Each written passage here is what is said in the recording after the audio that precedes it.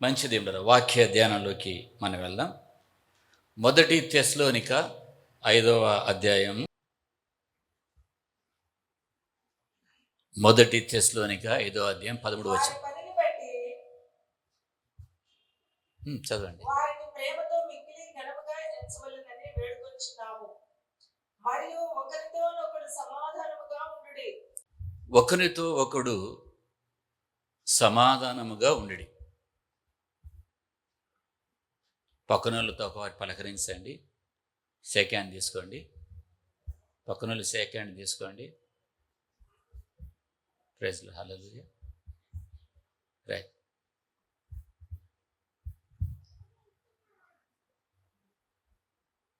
ఒకనితో ఒకడు సమాధానముగా ఉండుడి.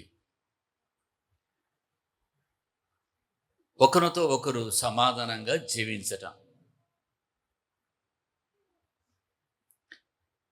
మన అనుదిన జీవితంలో ముఖ్యంగా కుటుంబములో, సంఘములో, సమాజములో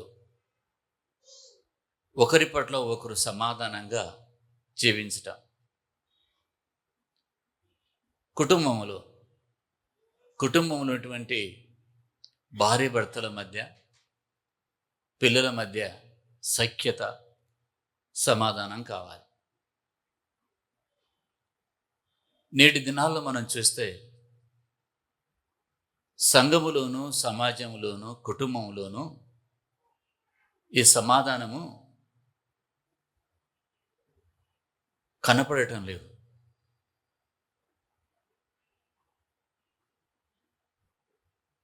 గృహములో సమాధానం ఉన్నప్పుడు అంటే గృహములో నివసించేటువంటి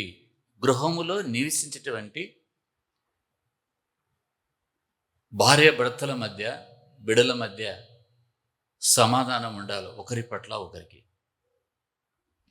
అయితే ఈ సమాధానాన్ని మన హృదయములలో వేలకుండా, సమాధానంతో మనం జీవించకుండా అడ్డుపడే ఆటంకాలు ఏంటి?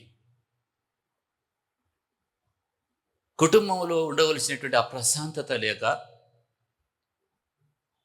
సమాధానం లేక, ఒక కుటుంబంలో ఉన్నటువంటి బిడ్డలే వారి మధ్యనే సమాధానం లేనటువంటి పరిస్థితి నేటి దినాల్లో మనం చూస్తున్నాం.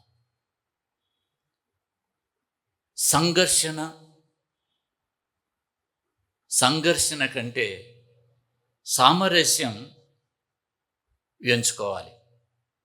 కుటుంబంలో సంఘర్షణ, ఒకరి మీద ఒకరు నేరాలు మోపుకోవడం, ఒకరి మీద ఒకరు తప్పులు మోపుకోవడం, ఒకరి లోపాలు ఒకరు ఎత్తి చూపించుకోవడం, ఒకరినొకరు కించపరుచుకోవడం, ఒకరినొకరు మాటల చేత గాయపరుచుకోవడం, దానివలన కుటుంబంలో కుటుంబంలో సమాధానం ఉండదు.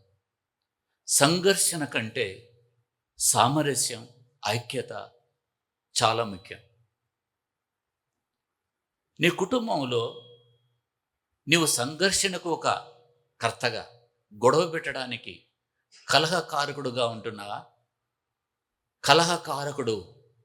కలహాన్ని పుట్టించేవాడు ఉంటున్నావా?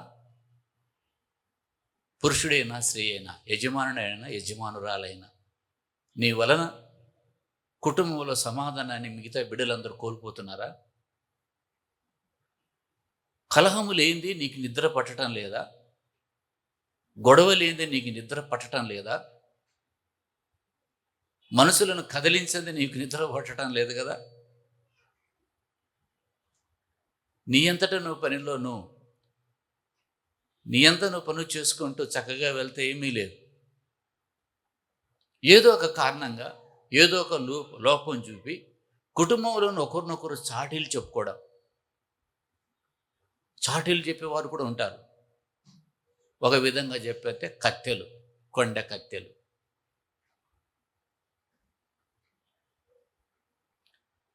సంఘర్షణ కంటే సామరస్యం ఎంచుకోవాలి. ఒకవేళ నీ మన గృహాలలో సమాధానం కావాలన్నప్పుడు ఏం కోరుకోవాలి? సంఘర్షణ కాదు, గొడవలు కాదు, భౌతికంగా దాడి చేసుకోవడం కాదు, కించపరచడం కాదు, మాటల చేత గాయపరచడం కాదు.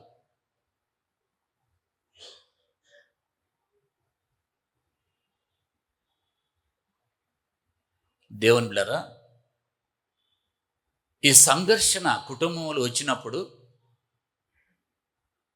సమాధాన పరిచేవారు ఎవరైనా ఉన్నారా? మనకెందుకు ఈ గొడవలండి, మనకెందుకు ఈ కలహాలు, మనకేంటి ఇది అని ఒకరినొకరు క్షమించుకొని సమాధానపడి ప్రశాంతంగా జీవించేటువంటి వాతావరణం మన కుటుంబంలో ఉందా? గట్టి గట్టిగా కేకలు ఇస్తూ, అరుపులు అరుస్తూ, వస్తువులు విసిరేస్తూ, దుఃఖపెడుతూ ఇతరులను, అది నీకు సంతోషమా? ఇతరులను దుఃఖపెట్టు నీకు సంతోషమా? నీకు ఏమన్నా? నువ్వు గృహంలో ఉంటున్నప్పుడు నీ వలన మేలు జరగాలి తప్ప నీ వలన కీడు జరగకూడదు. అయ్యో ఎందుకుంటే మీ గృహంలో మేము అనేటువంటి బాధ వారికి కలగకూడదు.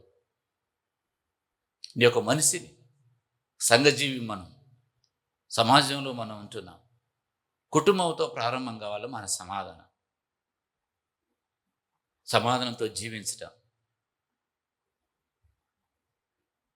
భక్తుల జీవితాల్లో కూడా, కుటుంబాల్లో కూడా కలహాలు ఏర్పడ్డాయి. కానీ కలహాలు తగువులను పరిష్కరించే విధానములో చక్కటి మార్గంలోకి వెళ్ళారు. వారు పరిష్కారం కోసం మంచి మార్గాలు వెతికారు. కలహం వచ్చినప్పుడు, గొడవ పడుతున్నప్పుడు చక్కగా పరిష్కరించుకొని వెళ్ళేటువంటి మార్గం కూడా ఉంది. చక్కటి మార్గాలు ఉన్నాయి. ఆదికాండం 13వ అధ్యాయం, ఆదికాండం 13వ అధ్యాయము 7వ వచనం నుండి మనం చదువుదాం. 7, 8, 9 వచనాలు చదువుదాం. అప్పుడు అబ్రహాము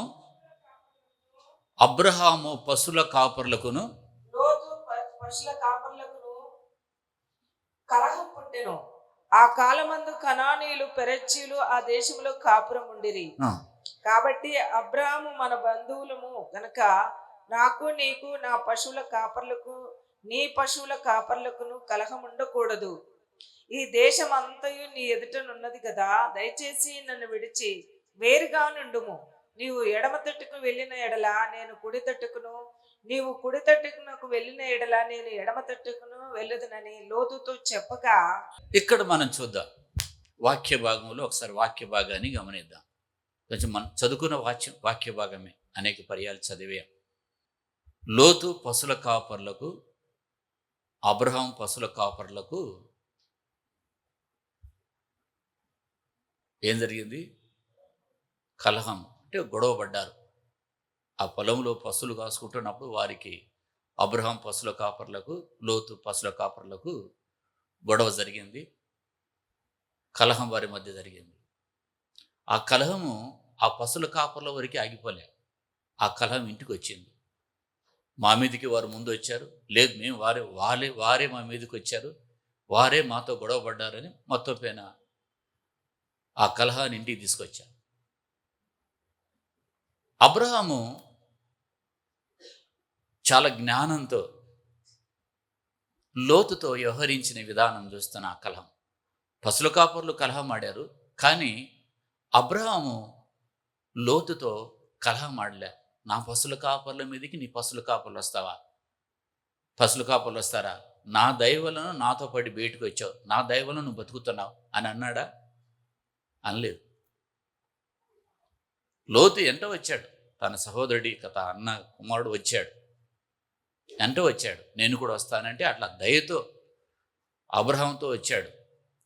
వచ్చినప్పుడు నా దైవలను బతుకుతున్నావు, నా దయా దక్షిణ వలన నువ్వు బ్రతుకుతున్నావు, ఏంటి సంగతి?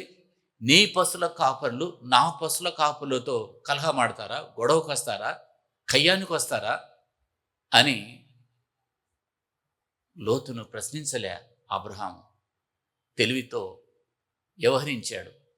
మన బంధువులం, మనకు గొడవ వద్దు అన్న. చిన్న చిన్న కలహాలు ఉంటాయి దేవుళ్ళ. కుటుంబం అన్నాక ఉండవన్న ఉంటాయి, కలహం ఉంటుంది. అయితే అది రోజుల తరబడి, సంవత్సరాల తరబడి, అనుదినము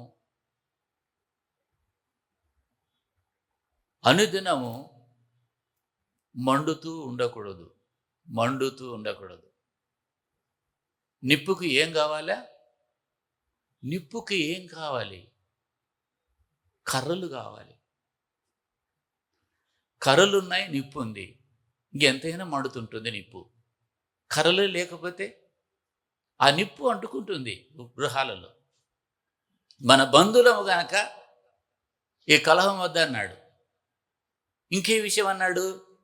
అవకాశము లోతుకి ఇచ్చాడు. నువ్వు కుడి తట్టుకి వెళ్తే ఈ దేశం అంతా మనకుంది, విస్తారంగా ఈ దేశం, ఎక్కడైనా వెళ్ళి మనం జీవించవచ్చు, నువ్వే ఎన్నుకో, ఛాయిస్ నీకే అని పెద్ద తరహాగా, పెద్ద వ్యక్తిగా, పెద్ద మనసుతో అవకాశాన్ని ఎవరికి ఇచ్చాడు? లోతుకి ఇచ్చాడు. కుటుంబంలో ఒక యజమానిగా ఏదైనా జరిగితే సర్ది చెప్పి ప్రశాంతంగా ఉండాలని తెలివితేటలు బోధించవలసింది ఎవరు? కుటుంబ యజమాని. తన భారం అంతా ఆయన వేసుకోవాలి. కుమారునికి ఆయన చెప్పాలి, కూతురుకు ఆయన చెప్పాలి, భార్యకి ఆయన చెప్పాలి. ఇంకొకవేళ సంఘ పెద్ద అయితే సంఘ పెద్దగా ఉండవలసినటువంటి బాధ్యతలు, సంఘ పెద్దగా ఉండవలసినటువంటి అర్హత ఆయన కలిగి ఉండాలి. లోతు తాను ఎక్కడికి వెళ్ళాలనో అదే కోరుకొని వెళ్ళిపోయాడు. అంటే సామరస్యం, సంఘర్షణ కన్నా సామరస్యాన్ని కోరుకున్నాడు అబ్రహాం. మరి నువ్వు సామరస్యాన్ని కోరుకునే వ్యక్తిగా ఉండవా? సంఘర్షణ కోరుకునే వ్యక్తిగా ఉండవు కుటుంబంలో? చెప్పు. గట్టి గట్టిగా అరుస్తుంటే నీకు మేలా? కేకలు వేస్తుంటే నీకు మేలా గృహంలో? దానివల్ల నీకేమైనా మేలు కలుగుతుందా? నీకేమైనా మేలు కలుగుతుందో చెప్పు. అబ్రహాము సంఘర్షణ కంటే సామరస్యాన్ని కోరుకున్నాడు, సమాధానాన్ని కోరుకున్నాడు. సమాధానం. ఈరోజు మనం కోరుకోవాల్సింది సమాధానం మన గృహాలలో. ఎప్పుడైతే సమాధానం మన హృదయాల్లో, మన గృహాలలో ఉంటుందో దేవుని యొక్క దీవెన మన మీదకి వస్తుంది. దేవుని స్తోత్రం. హల్లెలూయా. యేసు ప్రభువారు తన కొండ మీద ప్రసంగంలో ఓ చక్కటి అద్భుతమైనటువంటి మాట చెప్పాడు. మత్తయి సువార్త 5వ అధ్యాయం 9వ వచనం చదువుదాం. మత్తయి సువార్త 5వ అధ్యాయం 9వ వచనం. సమాధానపరచువారు ధన్యులు, వారు దేవుని కుమారులు అనబడుదురు. నీలో సమాధానం ఉంది, సమాధాన పరుస్తున్నారు. వారి వైఖరిని మనం మార్చుకోలేకపోవచ్చు, కానీ సమాధానంతో మాట చెప్పడం దేవుని యొక్క స్వభావాన్ని ప్రతిబింబించినట్లు అవుతుంది. ఇతరుల యొక్క స్వభావాన్ని, ఇతరుల యొక్క ప్రవర్తన, బిహేవియర్ని మనం మార్చలేకపోవచ్చు, కానీ తిరిగి మనం ఇచ్చేటువంటి సమాధానం ఎట్లుంటుంది? మనం ఇచ్చే రిప్లై సాత్వికంతో, ప్రేమతో ఇస్తే ఎట్లుంటుంది? క్రీస్తు యొక్క స్వభావాన్ని వ్యక్తపరుస్తుంది. సమాధానపరచువారు ధన్యులు అంట. లేపుతున్నావా లేనిపోని మాటలు చెప్పి? లేపుతున్నావా పొగ కుటుంబంలో? దేనికోసం ఉన్నావు? సమాధానపరచడానికి. సమాధానపరచువారు ధన్యులు, ధన్యులు అన్నాడు. దేవుని కుమారులు అనబడుదురాడు. నువ్వు సమాధానపరిచేది ఉంటే దేవుని కుమారులుగా అనబడతావని దేవుని వాక్యంలో ఉంది. రెండవదిగా, ఇతరులతో మనం వ్యవహరించే విషయంలో ఏ విధంగా వ్యవహరించాలి? ఏ విధంగా వ్యవహరించాలి? ప్రేమ, సహనము,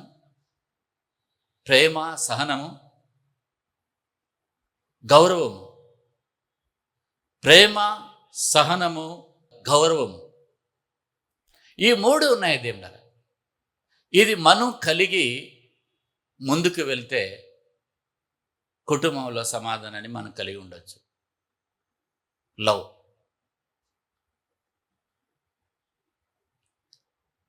ప్రేమ లేని చోట ఏముంటుంది?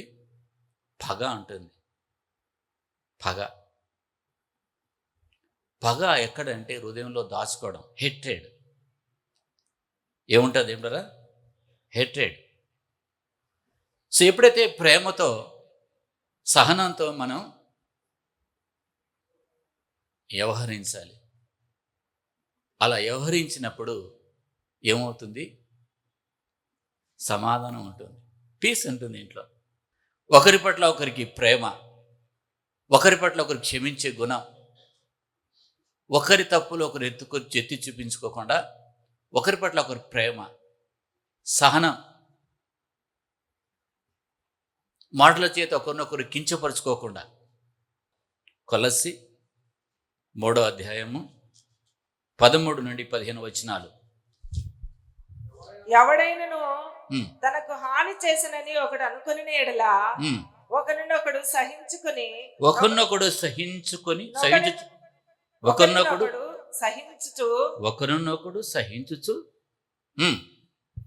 ఒకరినొకడు క్షమించుడి.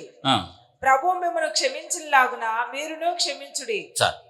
కుటుంబంలో ఒకరినొకరు ఏం చేయాలంట? సహించుడి అందే. ఇంకా ఒకరినొకడు క్షమించుడి, సహించడం, క్షమించడం. ఒకరినొకరు ప్రభు మిమ్మల్ని క్షమించులాగానే మీరు క్షమించాలి. ఒకరినొకడు సహించాలి అంట. సహించే గుణం లేకపోతే కుటుంబంలో సమాధానం ఎక్కడుంటుంది?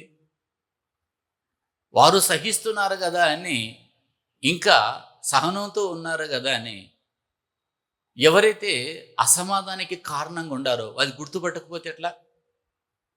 మరి నా వల్ల వీళ్ళు బాధపడుతున్నారు, నా వైఖరి మార్చుకోవాలా, నా నడవడిక మార్చుకోవాలి, నా మాట తీరు మార్చుకోవాలి, నా పద్ధతులు మార్చుకోవాలి, నా బిడ్డలతో నా కుటుంబంలో నేను సమాధానంగా ఉండే విధంగా సహాయం చేయ ప్రభువా అని ఆయన వేడుకుంటే సమాధానకర్త అనే దేవుడు సమాధానాన్ని మనకిస్తాడు. ఈ ఒకరినొకరు సహించుకునే గుణం లేకపోతే అక్కడ అసమాధానం ఏర్పడుతుంది. 14 వచనం కూడా చదువుదాం.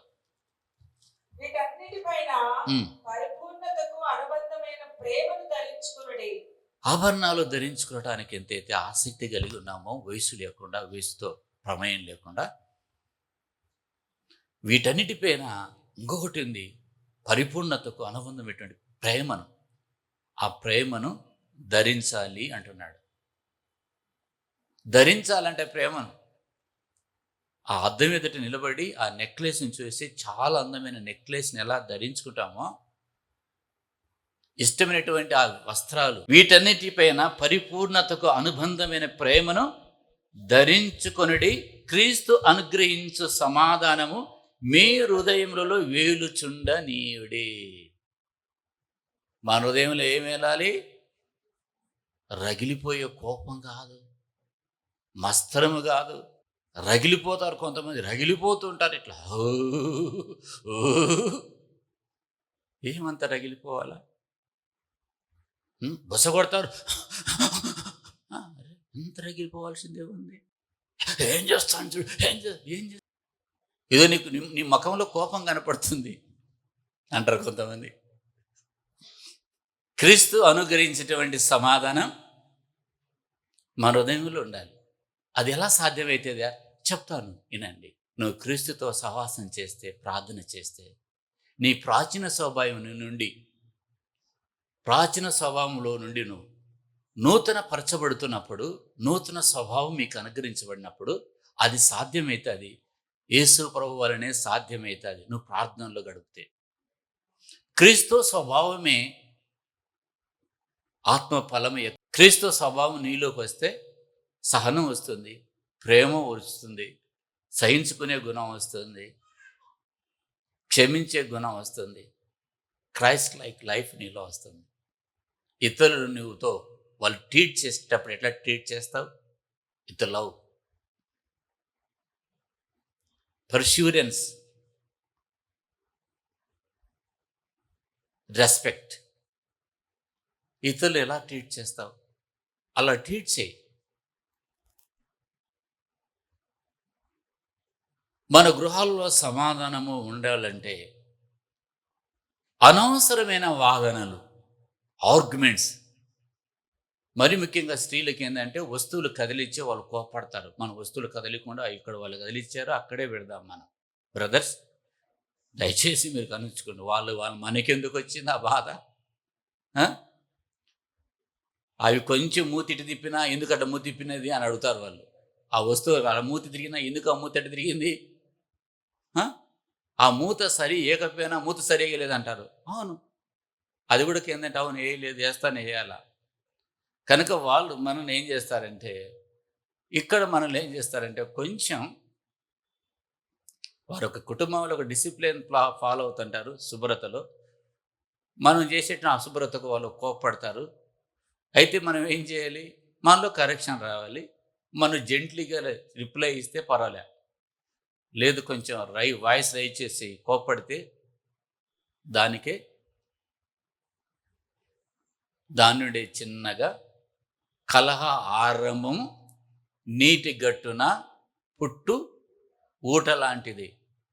వస్తూనే ఉంటాయి నీళ్ళు. కలహ ఆరంభం, కలహానికి ఆరంభం ఎలా ఉంటుందంట? నీటి గట్టున పుట్టు ఊట లాంటిది. ఊట ఆగిపోతుందా? ధార వస్తూనే ఉంటుంది. 7 గంటలకు స్టార్ట్ అయితే తెల్లవారుజామున మళ్ళీ 7 గంటలు, రాత్రి 7 గంటలకు స్టార్ట్ అయితే మళ్ళీ తెల్లవారుజామున 7 గంటల వరకు ఆ ధార వస్తూనే ఉంటుంది. అందరు నిద్రపోయింటారు. అనవసరమైన వాదనలు, పగ, ద్వేషాన్ని నివారించాలి. పగ, ఇంట్లో ఒకరి పట్ల ఒకరి పగ ఉందా? ఉంది దేవుని కదా, పగ ఉంది. ద్వేషం, కళ్ళల్లో ద్వేషం, హృదయంలో ద్వేషం, మాటల్లో ద్వేషం, రగిలిపోవడం, పగ, ద్వేషం, అవి మన హృదయాలలో ఉన్నట్లయితే సమాధానం ఉండదు. సమాధానం ఏటుకున్నాడు పగ ఉన్న. లేకపోతే ఒకరు మనకి ఏదో హాని చేశారని హాని గురించి మన హృదయంలో పెట్టుకున్నా మనకు సమాధానం ఉండదు. అనవసరమైన వాదనలు, పగ, ద్వేషం నివారించండి. ఎక్కడ నివారించాలి? మన హృదయాల్లో నివారించాలి. మన కుటుంబంలో లేకుండా చేయాలి. ప్రతీకారం తీర్చుకోవడం, అవకాశాలకి వెతుకోవడం. ఆదికాండం 33 అధ్యాయంలో ఏశావు,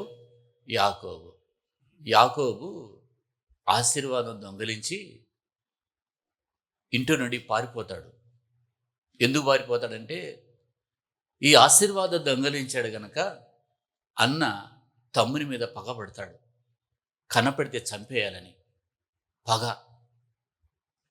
తల్లి గమనించి, నాన్న ఇద్దరు మీరు గొడవపడి ఒకరి మీద ఒకరు మీరు గొడవపడి కలహమాడితే మిమ్మల్ని ఇద్దరిని కోల్పోలేను, నువ్వు వెళ్ళిపో అని యాకోబును పంపించింది. ఎక్కడికి? యాకోబు వారు మామగారి దగ్గరికి పంపించింది. అయితే 20 సంవత్సరాల తర్వాత దేవుడు మరలా యాకోబుకు ప్రత్యక్షమై, నువ్వు వెళ్ళు,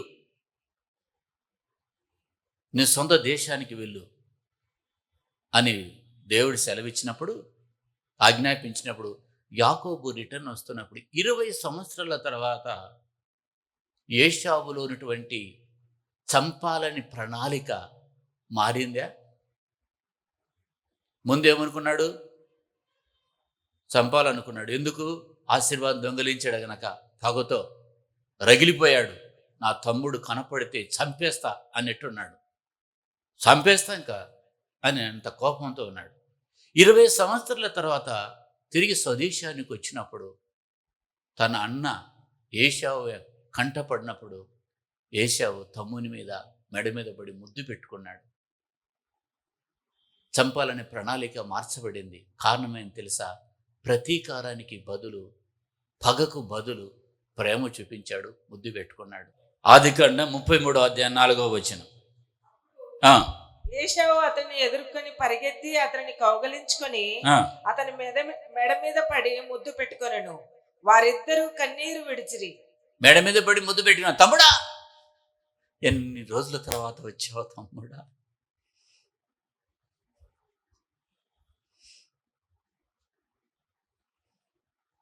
దుబాయ్ నుండి అత్తగారు డబ్బులు తీసుకొని బంగారు తీసుకొని వచ్చింది. ఎయిర్పోర్ట్లో దిగిందంట అత్తమ్మ. కోడలు చూసిందంట, అత్తమ్మ. ఎందుకు అత్తమ్మ? ఆ?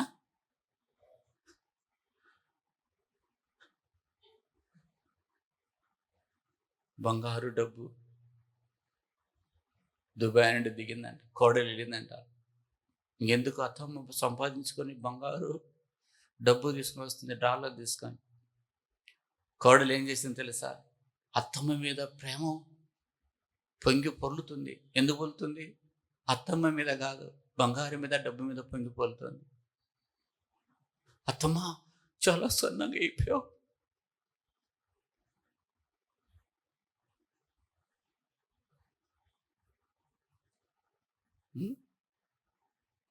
ఇంటెన్షన్, మోటివ్ ఎలా ఉంది? స్వార్థంతో ఎక్కడ వైపు కూడా అలా మనం ఉండకూడదు. ఏశావు తన తమ్ముడైన యాకోబు మీద మెడ మీద పడి ముద్దు పెట్టుకొని ఇద్దరు ఏడ్చారంట. అది క్షమాపణ అంటే. ప్రతీకారం తీర్చుకోవడానికి బదులు దయాలుత్వం, క్షమాపణ.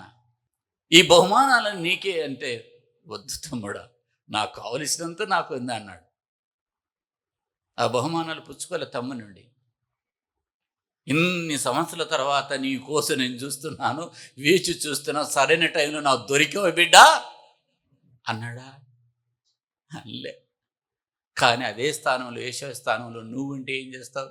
20 సంవత్సరాలు కాదే, 30 సంవత్సరాలు కాదే, నేను వదిలిపెడతానా నిన్ను? నా బంధువులో ప్రాణంత వరకు నిన్ను వదిలిపెట్టాను, అంటానే ఉంటా నిన్ను.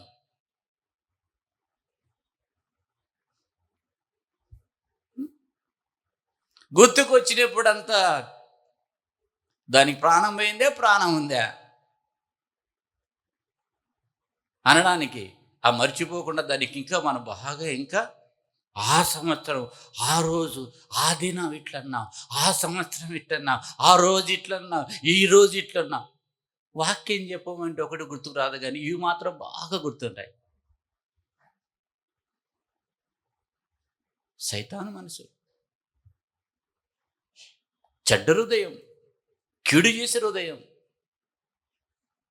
మంచి హృదయం కాదు, కఠిన హృదయం.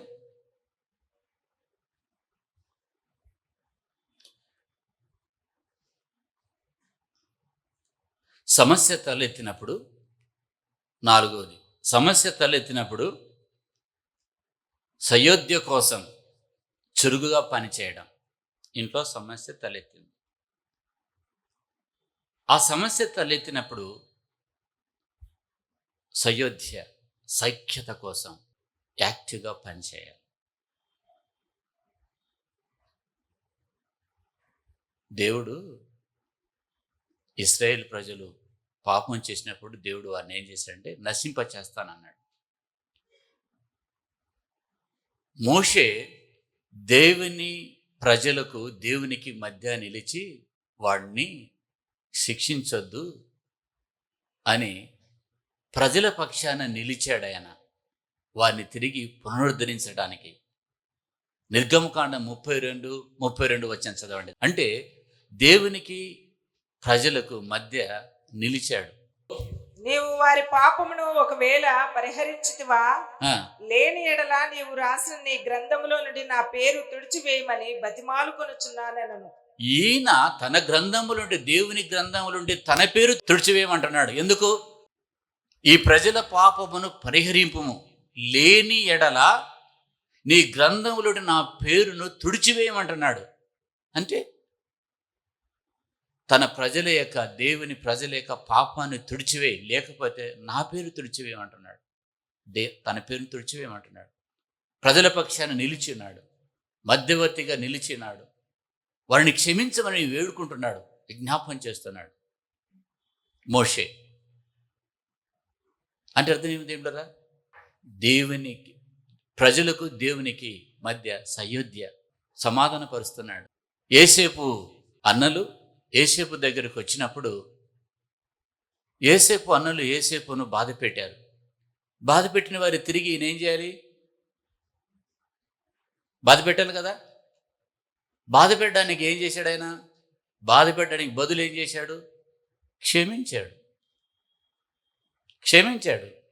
క్షమించి సయోధ్య, వారి మధ్య సయోధ్య సఖ్యతను కలగడానికి ప్రయత్నం చేశాడు. అది దేవుళ్ళరా, కీర్తనల గ్రంథం 34వ అధ్యాయం. ఈ వచ్చిన అందరూ చూడాలి. కీడు చేయటం మాని మేలు చేయము, సమాధానం వెదికి దాన్ని వెంటాడము. ఇక్కడ దేవుని వాక్యంలో మనం చూస్తున్నాం, కీడును ఇడి వలన విడిచి మేలు చేయుడి. సమాధానం ఏం చేయాలా? వెదకాలంట, దాన్ని వెంటాడాలి అంట. సమాధానం వెదికి వెంటాడుడి. సమాధానం ఎలా మన గృహాలలో నెలకొల్పుకోవాలనో, సమాధానంతో ఎలా జీవించాలనో, సమాధానంతో ఎలా ముందు కొనసాగాలనో, ఒకరినొకరు ప్రేమ అనురాగాలతో ఎలా జీవించాలనో, కక్షలు కాఠిన్యాలు ఇవన్నీ మానేసి ప్రేమ కలిగి ఎలా జీవించాలో బైబిల్ ఇంతకంటే ఇన్ఫర్మేషన్ ఇస్తుంది ఏమంటారు ఎక్కడైనా? ఒక వ్యక్తి ఎలా జీవించాలనో, విలువలు కలిగి ఎలా జీవించాలనో వాక్యం మనకు చెప్తుంది. ఒకరోజు చాలా సంవత్సరాల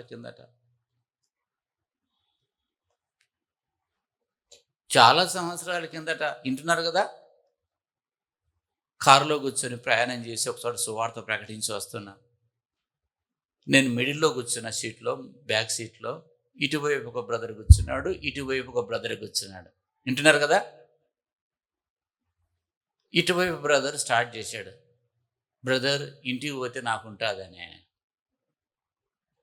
నేనేం చెప్పాలో నాకు అర్థం కాలేదు, లేట్ అవుతుందని. ఈ పక్కన బ్రదర్ కూడా కన్నాడు, నా పరిస్థితి అది, ఇంటికి పోతే ఏం చెప్పాలో నాకు అర్థం కాలేదు. ఇంకా మిడిల్లో నేనేం చెప్పినా, నేనే ఉండేది, నేనేం చెప్పాలి? దేవుని స్తోత్రం అని. నేను ఎందుకు మిడిల్లో కూర్చున్న దేవుని స్తోత్రం అన్నా? మీలాంటి సమస్యలు నాకు లేవు అని. నేను ఏ టైం పోయినా చల్తా అంటే నడుస్తుంది. ఎందుకో తెలుసా?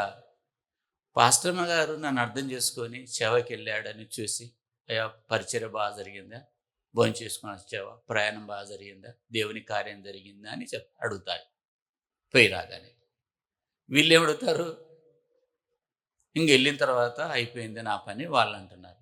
అంటే కుటుంబంలో సమాధానం నెలకొల్పడానికి కుటుంబ యజమాని ఎంత ప్రాముఖ్యమో, కుటుంబ యజమానురాలు కూడా ఇటు నాకు శబ్దం వస్తుంది. ఎన్నిసార్లు అంటే శబ్దం వస్తుంది నాకు, ఎన్నిసార్లు అంటే శబ్దం అనేది ఇట్లా పెట్టి